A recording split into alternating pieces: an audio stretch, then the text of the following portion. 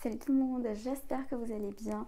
Je vous souhaite une merveilleuse année 2023 et aujourd'hui, pour bien commencer l'année, on va revenir en arrière pour voir les plus belles figurines de 2022. On commence par mon étagère. Ah bah, il n'y en a pas, il n'y a pas de 2022 parce qu'ils sont tous moches. En vrai, j'en ai deux, l'Andalo du calendrier de l'Avent et la jument belge qui est là-bas. Mais l'Andalo, je peux déjà vous dire qu'il fait pas partie des plus belles figurines de l'année. Pour rappel, je fais tout tomber. Mais bien sûr, première vidéo de l'année et je commence déjà par faire tomber quelque chose. En vrai, c'est la deuxième chose que je fais tomber dans la vidéo, mais ce sera la seule que vous verrez. Je disais, pour rappel, c'est lui. Voilà, alors j'en ai déjà parlé assez dans la vidéo du calendrier de l'Avent. Si vous ne l'avez pas vu, je vous la mets dans le petit qui est là normalement.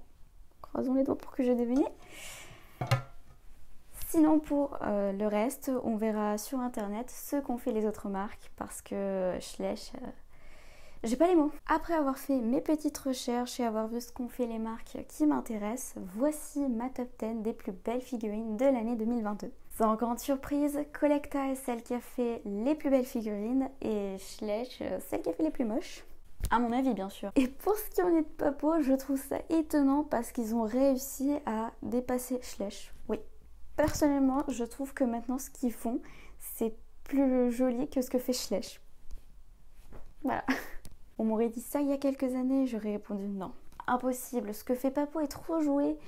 Et c'est exactement ce que je dis maintenant de Schleich. Voilà, comme quoi, faut jamais dire jamais. À la 10e place, nous avons la jument islandaise de chez Schleich. Et oui, dans ma top 10, il y a aussi des Schleich. Je suis vraiment triste pour cette jument car pour moi, elle aurait mérité d'être parmi les 5 premiers. Mais si aujourd'hui, elle se retrouve à la 10e place, c'est à cause d'un détail qui m'a fait dire c'est horrible. Ce sont les fleurs dans la queue. Alors ce n'est pas juste parce qu'ils ont mis des fleurs dans la queue et déjà ça, j'aime pas. Mais la façon dont ils ont peint... Alors attendez, parce que là je vais vous la faire. Ça c'est la figurine, ça c'est le pinceau. On trempe le pinceau dans la peinture et on fait un trait comme ça.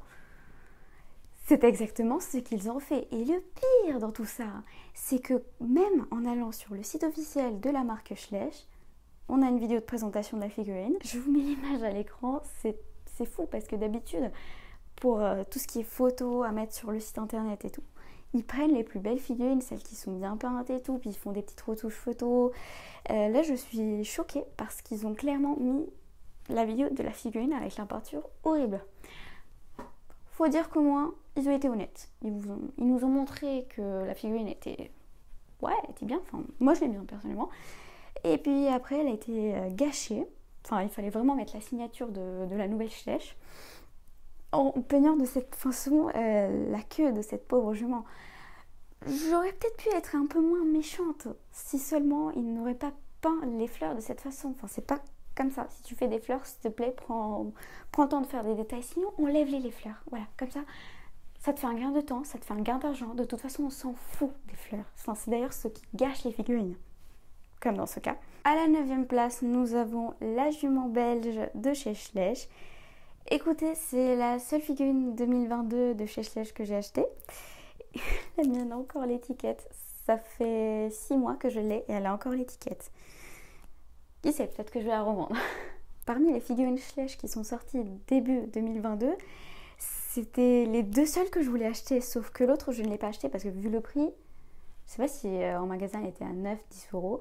Alors pour le prix, je ne l'ai pas acheté, mais si par exemple je peux la trouver sur Vinted à 4 ou 5 €, pourquoi pas.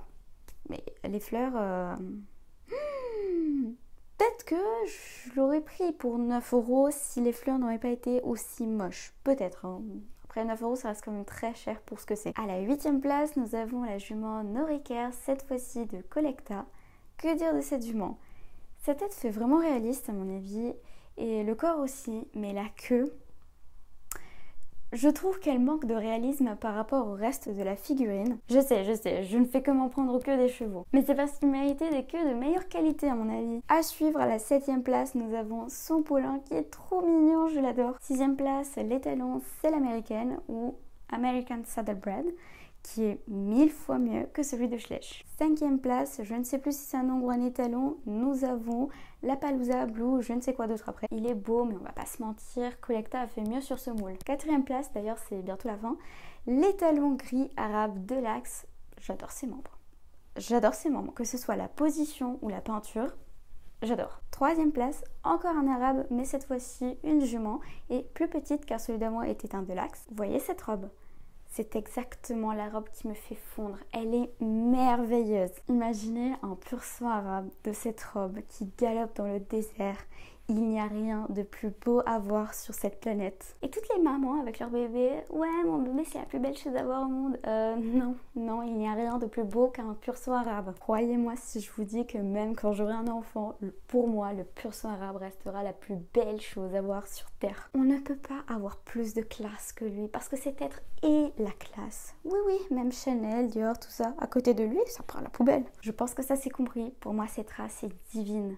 Elle est sacrée. D'ailleurs, ce n'est pas un hasard si cet être est important dans l'islam.